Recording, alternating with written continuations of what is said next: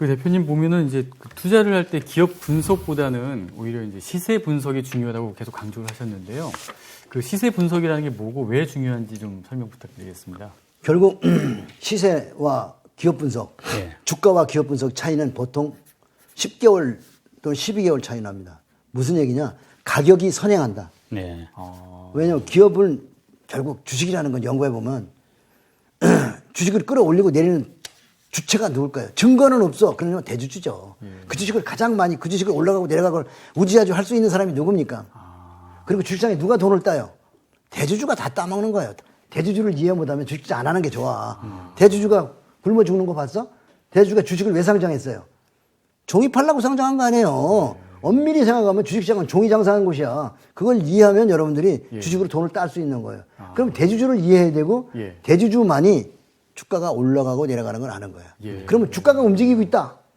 주가가 올라가고 있다. 재무제표는 아직 안 나오는데 대주주를 아는 거죠. 아, 매출 우리가 주문받은 거고 뭐 이게 올해 매출은 이게 나오니까 10개월 후에 주가를 이렇게 끌어올려가지고 실적 보여주고 팔아야지. 그래서 재무제표만 연구하는 펀드 매니저들은 맨날 물만 먹고 펀드 사도 돈이 안 되죠. 왜? 펀드 매니저가 시세에 대한 원리 공부를 안 했으니까. 나이가 너무 젊으니까. 이 말은 우스운 얘기 아니에요. 월가에 가서 보세요. 저도 월가에 가면 어린애입니다. 월가의 명인들은 연세가 90대 아닙니까? 그렇죠. 찰리 몽고는 100세가 다 되셨죠? 그런 분들이 계시는데도 그 사람들이 뒤에서 다 코치하거든요. 미국에는 그런 분들의 조언을 다 듣는 거예요. 그러니까 우리가 지금 게임을 하고 있는 거는 그들과 싸우고 있는 거잖아요. 네. 월가하고 싸우고 있는 거군요. 그렇죠. 특히 우량주는 내가 취급하는 중소형주 팜시스템에 담는 종목들은 월가와 싸우지 않습니다. 외국인이 많이 가진 거 안 좋아해요. 아, 그래요? 외국인이 많이 가진 거는 특정한 큰 종목들만 가지고 있잖아요. 작은 종목을 그들이 만지지 않아요. 그렇죠. 왜냐하면 유동성이 작기 때문에 사고팔고가 안 돼서 그들이 살라고 매물 잡으면 확 뛰어버리거든. 그러니까 우리는 조금 사니까 조금씩 사는 거죠. 그러니까 거기 차트 하나 들어있을 거예요. 막 12년, 14년부터 계속 한 주, 두 주 사 모았던 그런 차트가 있잖아요. 그러니까 그런 것들이 보면 투자 방법이 달라야 된다. 우리가 뭘 이해해야 되냐면 대주주를 이해해야 되고 대주주는 누구보다 주식을 먼저 산다. 우리는 재무제표를 볼 수 없지만 주가의 움직임은 차트를 통해서 볼 수 있죠. 그래서 옛날 격언이 있잖아요. 시세는 시세에게 물어라. 그게 무슨 얘기냐면 가격은 가격에게 물어라. 가격은 돈한테 물어봐라 이 소리입니다. 딴 건 못 쓰기죠. 가격을 올리는 거는 우리가 포착할 수 있죠. 실적은 나중에 나온단 말이에요. 그럼 결국 시세의 움직임이라는 것은 대주주의 움직임을 그대로 반영하고 있다 이런 뜻입니까? 뭐 딱 그럴 수는 없지. 그렇게 말할 수는 없지만 거기에 큰 손이 개입될 수도 있죠. 돈 많은 사람이 이 주식을 M&A 여기에서 대주주는 여기 계신데 이 회사를 M&A 하고 싶으면 제3자가 뛰어들어서 저번부터 살 수도 있죠. 그리고 나쁜 주식은 없다. 부실주도요. 다 해줘요. 왜? 전원사채 발행한다는 회사가 좋은 회사가 아니거든요. 그렇죠. 이런 건 따라하면 안 되는데 그렇지만 주식을 돈을 예를 들어서 100억을 받았다 그러면 네 주식이 지금 3,000원에 그런데 이게 2만 원, 3만 원 가면은 너 이자 계속 받을래? 주식으로 전환할래? 물어보거든요. 그럼 전환한다고요. 그래서 사채를 쓰고 나중에 주식으로 주는 거예요. 이게 전환사채 아닙니까? 그럼 주가를 막 땡기잖아요. 그러면 저 바닥에 있을 때 부도난다고 할 때 우리는 사서 막 올라가면 팔고 나오는 거죠. 나쁜 주식은 없어요. 전환사채 돈 쓴 사람 물려주기 위해서 땡기잖아요. 그럼 대주주 거 뜯어 먹은 거지. 안 그래요? 나쁜 주식, 좋은 주식이 없다는 게 이 얘기인데 이건 뭐 내가 이제 죽을 때가 다 됐으니까 다 내 비법 공개하는 거니까 뭐 여러분도 참고해서 알아 쓰시기 바랍니다. 그 시세를 이렇게 그 차트를 보면서 이제 알 수 있다고 하셨는데 어떤 특정한 포인트가 좀 있나요? 알 수 있는 방법이? 보시면은 예를 들자면 이 차트가 하락하다가 상승하기 시작하더니 양봉이 나오기 시작하죠. 연속 3개 정도 월봉이 나왔다 그러면 요거는 돈이 들어오고 있다는 거죠. 이유 없이 주가를 땡기지 않잖아요. 근데 잘 보시면 하락하다가 상승 전환하고 계속 상승하죠. 관성의 법칙이 있는 거죠. 이런 거를 우리가 기술적 분석을 좀 공부해야 돼요. 그래서 기술적 분석을 무시하는 사람들은 펀드에 수익이 안 나요. 그런 사람들은. 그 시세 분석 요령 중에 하나가 이제 시세도 음과 양이 있어가지고 음은 말하자면 약세고 양은 좀 강세라고 본다면은 서로 음과 양이 교차할 때 또 강세와 약세가 교차할 때 한동안 서는 구간이 있다, 조용해진 네네. 구간이 있다 이렇게 이야기하시는데 어떠십니까? 지금도 그러면 우리 시세가 약간 횡보장인데 말씀하신 그런 시세로 보면은 음량이 교차하는 그런 순간으로 볼 수 있습니다. 그렇게 볼 수 있죠. 그렇게 볼 수도 있고요. 예. 나는 숨고르기 다음 에너지를 분사하기 위해서 에너지를 비축하는 수간이 아닌가라고 볼 수 있습니다. 근데 네. 그보다 좋은 거는 음과 양에 대해서는 시세의 비밀에서 제가 한 구절 읽어드리는 게 좋을 것 같아요. 네. 태극이 운동하여 극으로 움직여 양을 생성하고, 양은 양봉을 얘기하는 겁니다. 움직이는 것이 지긋하여 조용해진다. 조용해진다. 그러니까 개마공원이다. 행보장이다 이거죠. 예. 조용해지면 음을 생성한다. 음봉을 생성한다. 조용해지는 것이 지극하여. 카카오나 이런 것처럼 조용해지다가 떨어지면 팍팍 떨어지죠. 지극하여 또 움직인다. 일동일정이 있으니 그 뿌리가 되는 대극 음양은 천지다. 만물의 시작이다. 주식 시세의 고조도 천지 음양이 순환과 같아 강세 시장에는 오르고 오름이 극에 다다르면 그 안에서 약세의 이치가 담겨 있는 법이다. 약세의 장에서는 힘이 싸게 될 때 그 안에서 강세의 이치가 담겨 있는 법이다. 이거 무슨 얘기냐면 코로나 사태나 IMF 사태 같이 힘이 싸지면 거기서 강기가 나온다. 그러니까 저는 그렇게 투매가 세게 나오면 아, 이 자리 너무 좋은 자리다라고 생각하는 거죠. 힘이 싸게 될 때 거기에 강세의 이치가 담겨 있는 법이다. 만인이 모든 투자자가 약세라고 여길 때는 주식은 반드시 오는 이치와 같다. 또 모두가 강세라고 여길 때는 주식은 내리기 마련이다. 이게 시세의 비밀이라는 책에 나와 있는 그 일본에 사실은 250년 전에 쌀을 가지고 투기하던 쌀 시세의 원리를 가지고 이게 해놓은 걸 한국말로 번역해 놓은 거예요. 네. 그래서 거기서 250년에도 그렇게 쌀을 가지고 투기를 했대요. 그래서 확 쌀값이 올라가면 막 그러고 막 사람들이 달라붙고 카카오 달라붙듯 그리고 떨어지면 다 죽는다 그러고 폐가망신하고 그 투기의 역사는 상당히 그 일본에서도 오래됐는가 봐요. 지금은 다들 뭐 강세장이라고 그러고 이제 다들 뭐 주식도 그렇고 부동산도 그렇고 이제 거품이다. 이제 언제 떨어지나 다 이렇게 막 얘기하잖아요. 그렇다면은 요거는 올라가다가 이제 좀 정책이 있다가 떨어지는 게 아니냐. 어떤 물체가 관성의 법칙이라고 하죠. 어떤 물체가 이걸 싹 밀어버리면요. 저기서 그냥 돌아오지 못합니다. 그 방향으로 갑니다. 이게 관성의 법칙이에요. 시세도 마찬가지예요. 부동산이 강하게 쳐올랐습니다. 관성의 법칙에서 이거 내일 떨어질 수 없습니다. 자, 개미들이 떨어지길 바라고 있습니다. 천만의 말씀입니다. 안 떨어집니다. 그 방향으로 더 갈 겁니다. 아, 그래요? 갈 때까지 가버려야죠. 예. 일본이 부동산 시장이 그렇게 갔잖아요. 너무너무 올라서 나중엔 그 부동산이 이 도쿄 땅만 팔으면 미국을 다 사고도 남았잖아요. 예. 우리 아직 거기까지는 안 갔잖아요. 네. 캘리포니아. 그 주식시장도 우리가 좀 그렇게 지독하게 올라갔어요. 일본처럼요. 안 올라갔거든요. 아직 우리나라는 전 세계의 어느 시장보다도 퍼가 싸다. 우리나라 퍼가 만약에 비싸지면 미국보다 더 비싸지면 그때는 우리 과열이죠. 그러니까 주식과 부동산은 같이 간다. 네. 이건 같이 가는 거예요. 그래서 지금 뭐 유튜브에도 보면은 부동산은 내일 떨어진다고 떠드는 인간들이 있고 또 더 간다는 사람도 있고 주식도 그러죠. 뭐 떨어진다는 사람이 있고 올라가는 사람이 있고 근데 관성의 법칙을 가만히 생각하면 한 번 밀어붙인 힘은 그 방향으로 갈 때까지 가서 만신창이가 돼야 끝난다. 네. 여기서 그렇죠. 그게 다른다. 그게 다른다. 오르게 그게 떨어지는 거. 주식 같은 경우에는 저희가 1000포인트 올라간 다음에 오랫동안 횡보하다가 그다음에 또 2000 갔다가 거기서 또한 10년 횡보를 하다가 이번에 이제 3000을 갔으니까 3000 넘었으니까 또다시 쭉 요 힘으로 횡보하는 게 아니냐. 그게 그런 분석. 우리나라 고점은 원래 2000포인트잖아요. 그때는 100포인트에서 1000포인트가 갔어요. 10배 지수가. 이번에는 지수가 얼마 올라갔냐면 50% 올라간 거예요. 바닥에서 사실은 50포인트. 코로나 때문에 뒤로 밖으로 좀 해서 토끼가 점프하듯이 좀 주저앉았다 뛴 거지. 2000에서 3000 가 있다. 이렇게 보이고 또 3000에서 요거 조용 내려와 있죠. 그래서 제가 보기에는 이 시간이 얼마나 오래 걸릴지는 모르겠지만 이 조정 이후에는 다시 한번 또 박스를 돌파할 것이고 미국장 보면 그렇잖아요. 미국장이 답을 준 거예요. 우리는 누가 뭐래도 미국장을 따라가고 있으니까. 그리고 전 세계에서 블룸버그 혁신 경제 지수라는 게 있는데 우리나라가 이제 특허라든지 뭐 기술력이라든지 뭐 그 학업 열이라든지 여러 가지 종합해서 된 지수예요. 그게 세계 1등을 8년 동안에 지금 7번 하고 작년 한 해만 2등 했는데 독일이 1등 했었죠. 지금 이 8년 동안에 7년을 우리가 혁신지수 1위를 하고 있다는 거는 우리나라가 엄청나게 혁신이 일어나고 있다. 선진국에 진입한다고 안 합니까? 네. 그러니까 그러면 주가는 그걸 먹고 가잖아요. 예. 그렇게 본다면 우리나라가 대단한 나라다. 예. 지금 또 대표님 보면은 이제 주식 그 투자에 있어서 중요한 게 매수보다 매도가 100배나 더 중요하다 이런 말씀을 하시는데 어떤 의미로 저희가 받아들여야 하겠습니까? 이 두 가지죠. 예를 들어서 이제 카카오를 우리가 10만 원 밑에서부터 샀어요.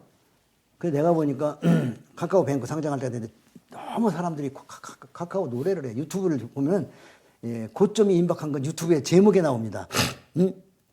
5만 가지 전문가들이 전부 카카오 제목을 잡아온 되길래 이거 때가 왔다. 그리고 카카오 뱅크가 상장되면 끝난다. 상장은 임박했고 14만 5천 원 정도면 적당하지 않을까라고 했는데 이게 17만 5천 원인가 찍은 거예요. 지금은 11만 원인 것 같더만, 그죠?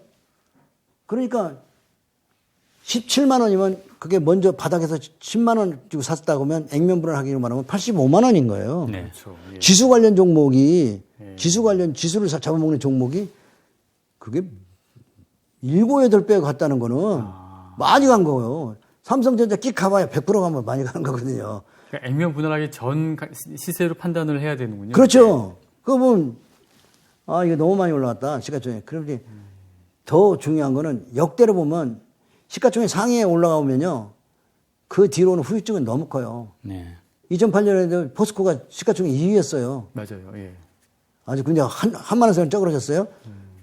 그다음에 니몬 사태 이후에는 현대차가 2위였어요. 예. 얼마나 많이 빠졌나 보세요.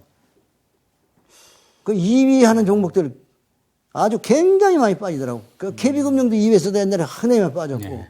그러니까 카카오도 이번에 시가총액 상위까지 올라왔으니까 네. 네이버하고 둘이는 좀 상당히 오랜 기간 시가총액 상위에 올라오면 사람들이 열광하고 수요 네. 융자원 이런 거 받아가지고 이렇게 시가총액 올라오면 더 눈에 띄잖아요. 그리고 또 언론에서 노출을 많이 시키고 그러니까 내가 보기에는 좀 과매수. 네. 장기 투자도 아닌 장기 투자 아닌 사람들이 산 거는 사실 그거 다 나오는 거거든요. 그 다음에 융자 받은 돈 있죠. 그런 건 다 시간이 지나가면 나오는 거기 때문에. 그게 좀 위험하겠군요. 네. 그 외국인들이 나도 보는데 외국인의 그 8, 90대 먹은 분들은 다 보일 거 아닙니까? 그죠? 네. 그런 분들은 내려다 보고 있는 거죠. 그러면 결국은 카카오는 한 14만 원 정도 수준 액면 분할 이후에 그 정도에서는 매도를 했어야 맞다는 이런 뜻입니까? 그렇죠. 14만 원 이상에서는 팔았어야죠. 또 14만 원 깨질 때 또 팔았어야 돼. 그죠? 그러니까 이렇게 14만 원 5천 원 넘어서 17만 원 찍고 내려올 때 14만 5천 원대를 깨면 얼른 하고 나왔어야죠. 그죠? 그러니까 그게 어찌 보면 머리와 양쪽 어깨가 될 가능성이 높잖아요. 그죠? 그럼 카카오는 그랬는데 다른 종목들도 대표님은 보통 그런 식으로 매도하는데 큰 문제가 없었습니까? 개인 투자가 그런 고점에서 수익이 17만 원 갔을 때는 세 장에 한 10마리 들어왔을 때거든.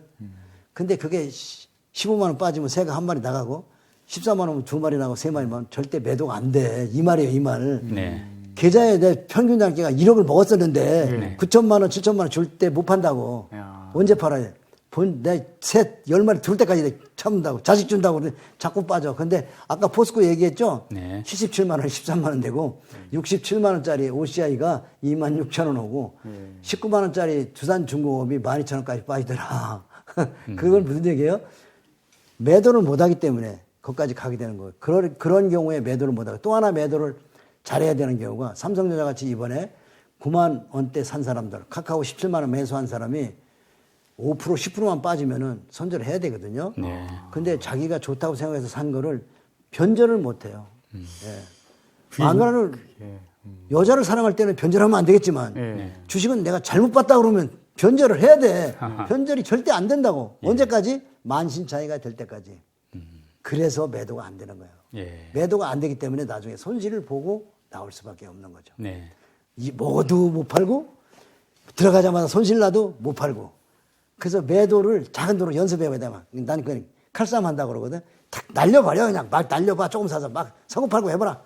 그러면 그 말을 알아듣고요. 그래서 매도가 매수보다 100배. 매수는 잘해. 그냥 뭐 듣기만 하면 막 사잖아. 그지? 근데 자기가 산 종목에 대해서 절대 매도를 안 해. 매도해야 되는 이유를 좀 얘기해봐. 그러면 절대로 자기 자존심이죠. 살 때는 내가 뭔가 좋아서 샀단 말이에요. 그 자존심을 버리지 못하는 거예요. 자존심.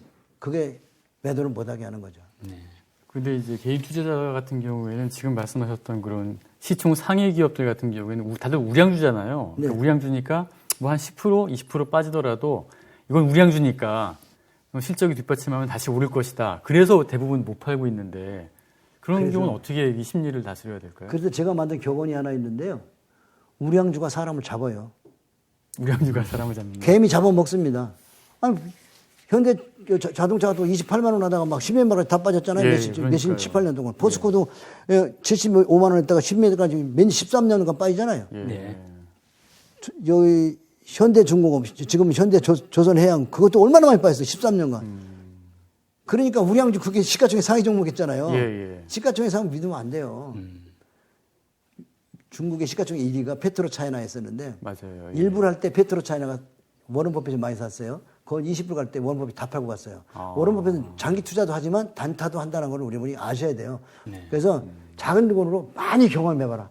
많이 깡통 나봐라. 많이 잃어봐라. 이런 조언을 드리고 싶어요. 일단 개인 같은 경우에는 헷갈리는 게 올라갔다가 약간 빠졌는데 다시 또 올라가는 경우도 좀 있잖아요. 그러니까 그런 게 좀 이제 좀 헷갈려하는 부분이거든요. 그래서 그 원칙이 있어요. 매도는 고점 대비 얼마 하락하면 전환으로 보라. 예를 들어 17만 원 찍었다 보니 카카오가. 예. 근데 카카오가 16만 원을 찍다든가 15만 원을 찍는다면 전환으로 봐야 된다. 이런 얘기입니다. 내가 14만 5천원 봤죠? 예. 근데 17만 5천원 찍었어요. 근데 그 찍고서 내려오더라. 10% 20% 빠지기 시작하면 그거는 10% 이상 빠지면 이제 전환으로 봐야 돼. 갈 때는 그렇게 많이 하락하지 않거든요. 그러니까 전환으로 본다는 건 고점 대비 얼마나 빠지느냐가 전환점으로 보는 거예요. 그런 이론이 있으니까 예. 그것도 또 한번 생각해야 되고요.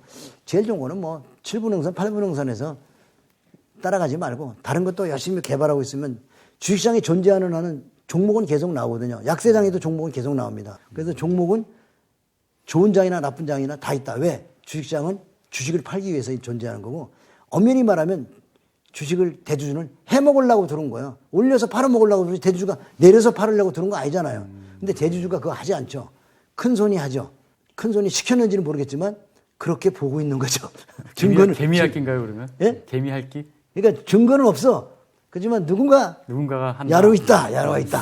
그죠? 그러니까 주식은 올려서 팔아먹으려고 존재하는 거다. 삼성전자도 작전 세력이 없으면 떨어지는 겁니다. 삼성전자가 지금 왜 떨어지냐면 누군가 종가에 매일 더 주고 사면 삼성전자 안 떨어집니다. 그렇죠. 관리를 하지 않기 때문에 떨어지는 겁니다. 올라갈 때는 누가 관리를 했어요. 지금 손을 뺀 겁니다. 그래서 주가를 올리는 거는 의도적이다. 인위적이다. 예. 이해가시죠? 예. 요거를 인위적으로 누군가가 주가를 끌어올리고 돈 들여 끌어올렸기 때문에 올라가는 거다라는 걸 알아야 되고요. 그 다음에 그 사람이 100% 성공하는 게 아니라 올리다 실패하는 확률도 상당히 많다. 많아요. 그런데도. 그러니까 우리가 그런 거를 알아야 되는 거죠. 그러니까 참 이거 무서운 시장인데요, 아주. 주식시장 무서운 곳이에요. 진짜 무서운 곳인데 전문가들 내가 많은 방송을 봤는데 좋은 얘기만 해. 좋은 얘기만. 그냥 그때 돈 버는 거야. 주식시장에 와서 그냥 그냥 들어가면 테마 들어가면 돈을 개똥을 벌어. 개인 투자 오면 다 잃어 무조건. 이 말 듣고 할머니들 요새 얼마나 많이 와 돈 번다고. 할머니들이 무슨 돈을 벌어. 다 들리는 소리들 자기들이 분석할 줄 모르면 남의 얘기 듣고 사는 거잖아요. 그 대표님 이제 그 성공 투자하는 요령 중에 하나가 이제 어떤 기업을 살 것인가 부분인데 어떤 투자 이제 말하자면 고수라고 하시는 분들은 1등 기업을 사야 된다. 이게 좋다는 이야기도 있는데 대표님은 2, 3등 기업이 더 유리할 수도 있다. 이런 말씀을 하시더라고요. 책에 보니까. 어떻습니까? 1등 기업하고 2, 3등 기업의 어떤 투자 수익률을 비교하면 통상 어떻습니까? 태반이 2등이 더 낫더라고요. 무슨 얘기냐면 현대중공업이 1등이잖아. 조선에서. 2등이 미포조선인데 네. 근데 미포조선은 40만 원 갔어. 1,700원이. 현대중공업 그렇게 못 가. 이 수익률로서 엄청 몇백 프로 차이 났어. 자 보세요. 기아차 5,000원에서 8만 원까지 갔어요. 15배 갔어요. 현대차는 3만 원에서 28,000원 10배 못 갔어요. 어떤 게 많이 갔어요? 2등이 많이 갔죠. 네. 그런 2등이 많이 간다는 거예요. 그러니까 2등과 1등을 같이 담으라는 거예요, 저는. 같이. 같이 담아라. 너무 1등에 몰입하지 마라. 네. 어떤 때는 3등이 더 많이 가고. 네. 그래요. 그래서 그 이제 자리가 중요한 거죠. 얼마나 2등이 잘 얻어맞았느냐. 얼마나 싸졌느냐. 네. 얼마나 파고 들어갔느냐. 요걸 보는 거죠. 그래서 2등에서 수익을 더 많이 내는데 근데 저 2등만 사는 건 아니죠. 1등과 2등을 같이 사는 거죠. 그러니까 2등이 더 보통 주가가 낮은 경우가 많으니까 네네. 그 상승 반등할 가능성도 높다고 보시는 거네요. 그런데 개인 투자가 심리가 다 30만 원 가는 현대차 못 사. 7만 원, 8만 원 기아차 살라고 그러지. 예. 안 그래요? 전자도 마찬가지야. 삼성전자 못 사고 LG전자 사잖아요. 그저 싼 놈. 그래서 사람들이 전부 2등을 좋아하는 건데 언젠가 2등이 또 그렇게 수익을 많이 줍니다. 문제는 얼마나 뭐 땅을 파고 들어갔느냐. 네. 조정할 때도 1등보다 2등이 더 많이 파고 들어갑니다. 네. 그래서 낙폭과대가 더 돼서 반등도 더 맛있는 거예요. 그게 나름대로 비밀이죠. 그래서 낙폭과대 많이 파고 들어갔을 때 2등도 같이 산다. 1등은 왜냐하면 폭락 나올 때 큰 손들이나 이런 사람들이 우량주를 사야 돼. 그리고 1등을 사거든. 그런데 낙폭이 많이 안 나와. 안 떨어져. 2등은 많이 떨어져. 네. 근데 올라갈 때 나중에 보면 개인 투자가들이 1등은 비싸서 안 사. 2등에 달라붙어. 수요가 더 많아. 그래서 2등이 더 폭등하는 거. 이해가시죠? 예, 예. 네, 그거요. 네. 그리고 이렇게 분산 투자를 아까 계속 강조하셨고 실제로 하신다고 그랬는데 아까 얼핏 들으니까 뭐 몇백 종목을 갖고 계시는 것 같은데 네. 그게 관리가 됩니까? 그리고 그 개별 종목을 어떤 기준으로 해서 다 담는지 그게 좀 전 종목을 궁금하네요. 검사하다 보면은 예. 이 매집하는 그런 종목들이 보여요. 나만의 가는 관점. 그게 관리가 돼요. 그런데 그렇게 많은 종목 관리 안 하죠. 그냥 담아놓고 그냥 있어요. 그러면 수익률 쇼팅해 보면은 나오죠. 이제 팔 거는.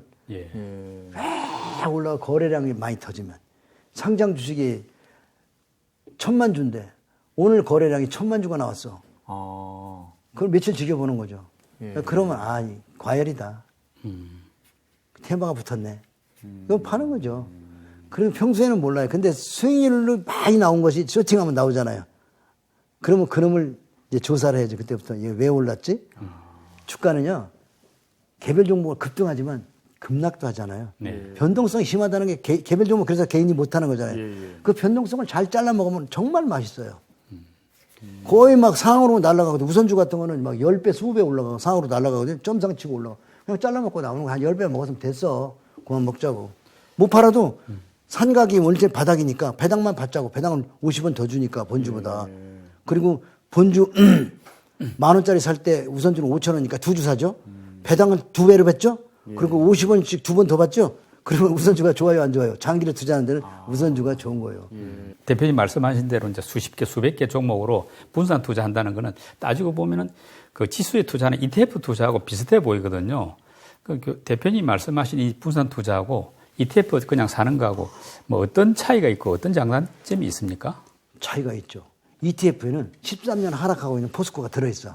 네. 인덱스 본드에는. 그렇죠. 13년 한 두산중공업이 20만 원에서 12,000원까지 떨어진 데 들어있어. 그렇죠. 멍청한 본드야. 우리 본드에 그런 거 없어. 우리는 딱 보면 이건 앞으로 10년 조정받겠네. 그런 거 다 뽑아내. 그 다음에 본드에서 사지 않는 종목이 있어. ETF에 들어가지 않은 종목이 진짜 보석이 거기다 있어. 그런 것들은요. ETF에 들어갔다는 거는 ETF에 들어갔다는 이유만으로 비싸. ETF에 명단에 들어가 있으면 사람들이 전부 그거 보고 사. 자기가 개인적으로. 예. 그래서 수요가 많아. ETF에 안 들어간 종목은 땅바닥에 떨어져 있어. 가치에 비해서 저평가돼 있다고. 그게 보석이야. 난 그런 걸 사요. 남이 안 사는 종목. 네. 나는 배당만 받을래. 그런데 가끔 이게 제철이 오면은 푹 뛰어지죠. 그래서 남이 안 하는 거, 걸레 같은 거 그런 주식으로 담아놓으니까 수익률이 ETF보다 훨씬 좋죠. 네. 근데 미국에는 그런 펀드가 있어요. 그리고 일본에서 제일가프로 63세 주식 투자를 해서 갑부가 된 분이 거래와 긴조거든요. 예. 63세까지 30년간 깡통 생활을 했어요, 이분은. 야. 그런데 이분이 이제 돈이 없어가지고 도서관에 책만 읽다가 친구가 3,000만 원 꽂아가지고 그래가지고 그런 넉마주, 예를 들어서 H&M 같은 거, 그 현대 모비스 같은 거 1,700원에 사가지고 40만 원까지 올라갔거든. 예. 그런 주식들을 사가지고 일본 제일 갑부가 됐어요. 세금 랭킹 1위를 냈으니까. 결국 턴어라운드 기업, 넉마주 기업도 큰 투자의 제목이 될 수 있다. 이미 그렇게 수제 성공한 분이 계시니까. 근데 많은 분들은 책에서 그런 걸 설명해주고 경험해본 분들이 없기 때문에 잘 안 사죠. 그래서 거의 다 자기가 지닌 가치 밑에 땅바닥에 굴러다니는 거죠. 걸레지 뭐. 지금 이제 그 분산 투자도 그렇고 뭐 적립 투자도 그렇고 20, 30대 뭐 젊은 사람들한테는 뭐 시간도 많이 있으니까 괜찮은데 뭐 40, 50대 특히 뭐 60대 이상 되시는 분들 같은 경우도 지금 말씀하신 그런 투자법으로 해야 될까요? 왜냐면 내가 투자할 수 있는 시간이 이렇게 많지 않은데 뭐 은퇴도 이제 남았고 아니면 은퇴를 했거나 이런 분들 같은 경우는 어떻게 하는 게 나을까요? 주식시장에서 10년은 무지하게 긴 거예요. 나이에 비해서. 50대? 앞으로 30년은 살 거 아니에요. 그럼 청년이에요. 아, 50대도 청년이다? 인덱스 본드나 이렇게 내가 하는 팜 시스템 이런 걸 배우셔야죠. 그리고 짧게 하더라도 팜 시스템을 해야 돼. 왜냐면 고평가돼, 저평가되고 배당 많이 주는 가지고 배당하고 1년에 조금씩만 먹으면 되잖아. 10%만 먹자고 그랬죠. 그래서 한 13%, 14%만 먹자고. 예. 14% 복리로 계산해봐. 얼마나 부자인데. 그런데 가끔 가다가 막, 상한가로 막, 10배짜리들이 막 나와봐. 예. 신나는 거죠. 그래서, 팜 시스템은 고수익이다. 그러나 간이 커야 되고 경험을 많이 해야 된다. 그리고 작은 돈으로 경험해야 된다. 네. 이게 제일 중요한 것 같아요. 소액으로. 지금 막 경제 위기가 다가올 수 있다, 막 버블이 터질 수 있다 이런 이야기도 나오지 않습니까? 네네네. 투자를 오래 하신 분으로 이제 위기에 대비한 나름의 전략 같은 게 있을 것 같은데 그거 좀 설명해 주시죠. 그래서 위기는 언제나 맑은 하늘에 날벼락치도 온다. 모든 위기는 보면 IMF고 뭐 보면요. 시장이 편안할 때 와요. 아, 그래요? 낙관적일 때 오는 거지. 불안할 때 오잖아요. 예. 예고된 불황은 오지 않습니다. 예고된 투매는 없어요. 전문가들이 예측하면 그거 안 맞습니다. 예. 워런 버핏은 이런 얘기 하잖아요. 누가 시장을 폭락한다고 예측하거든 욕을 해버려라. 아무도 예측할 수 없다. 가끔 오더라도 잠깐 갔다 오면 되잖아요. 잠깐 차트를 보세요. 잠깐 갔다 오는 거예요. 여기가 니문사 때네. 아니 보유한 주식이 잠깐 좀 갔다 오면 안 될까요? 잠깐 갔다 오시면 되고. 자 여기 이게 유한양이네요. 40년 차트인데요. 야. 여기 IMF요. 네. 잠깐 갔다 잠깐 오고. 갔네요. 여기 니먼사 때인가 금융위기. 보요 잠깐 갔다 오면 돼. 요 정도도 투자자는 이런 고통을 몸으로 받아야 되고 이런 걸 지고 갈 수 있는 고통을 짊어지고 가는 게 의무야. 그걸 짊어진 사람만 고통의 대가를 받는 거죠. 그래서 투자 수익은 저런 고통이 올 나를 대비해서 견디는 자만이 고통의 대가를 받는 거고 매일 부정적인 얘기 뭐 조정이 온대 경제 위기가 온대 디프레이션이 어떻고 뭐 금리가 올라가면 어쩌고 막 계속 부정적인 뉴스 듣고 그러니까 뉴스를 귀를 막아야죠. 긍정적인 마인드를 심어야 되기 때문에 마지막으로 저 개인 투자자들한테 이렇게 당부하고 싶은 말씀 있으면 정리 멘트 한번 부탁드리겠습니다. 결국 주식은 쌀 때 사서 비싸게 파는 겁니다. 주식은 들어오면 모르고 오면 무조건 돈을 뺏기는 거예요. 여기는 교묘한 수법을 써서 여러분의 돈을 다 뺏어가는 것입니다. 그러니까 시장에 떠드는 소리 하던 것도 믿지 마라. 돈이 있는 곳엔 언제나 뭐가 있어요. 돈을 뺏어가기 위한 오만 가지 수법이잖아요. 예. 공모주 하라고? 공모주가 여러분 뭐 돈 돼요? 몇 주 주지도 않으면서. 그러니까 시장이라는 자체를 남의 돈을 따먹는 거잖아요. 예. 남의 돈을 그냥 따먹으려고 하면 안 되는 거예요. 왜냐? 시장에 그 큰 손들이 엄청난 돈만 가진 대주주들이 여러분의 돈을 노리고 있습니다. 왜냐? 여러분은 못 따요. 그럼 여러분이 알아야 되는 것은 그 대주주를 이해해야 되고 주식 시체를 이해해야 돼요. 그러면 여러분 평생 돈 걱정 안 해도 됩니다. 기쁜 소식인데요. 연세 많은 분들이나 젊은 사람들이나 여러분들 시장에서 이길 수 있는 방법은 딱 하나밖에 없습니다. 시장을 이기고 있는 사람을 찾는 거예요. 그리고 그 사람을 커닝 하십시오. 여러분 공부 안 해도 됩니다. 커닝. 그래서 학교 다닐 때 커닝 잘하는 애가 사회에 커닝 잘하는 거예요. 학교에서 커닝 못하는 애는 범생이지 잘 못 살잖아요. 커닝을 배우세요.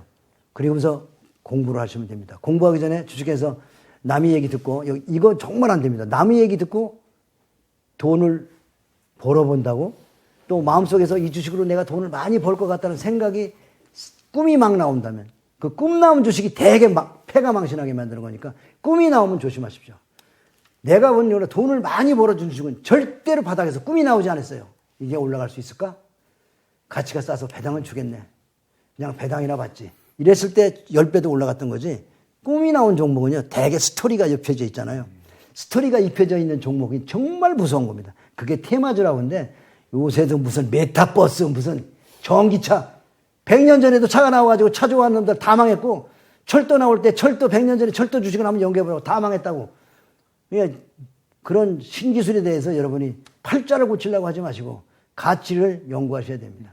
가치주가 여러분들을 부자 만들어줄 겁니다. 일확천금은 없습니다. 여러분들 은행 금리가 0.5%예요. 그러면 1년에 10%만 먹겠다고 인덱스 펀드 투자가 나는 열심히 여러분들에게 권하고 싶어요. 여러분이 컨닝고 안 하고도 벌 수 있는 건 인덱스 펀드다.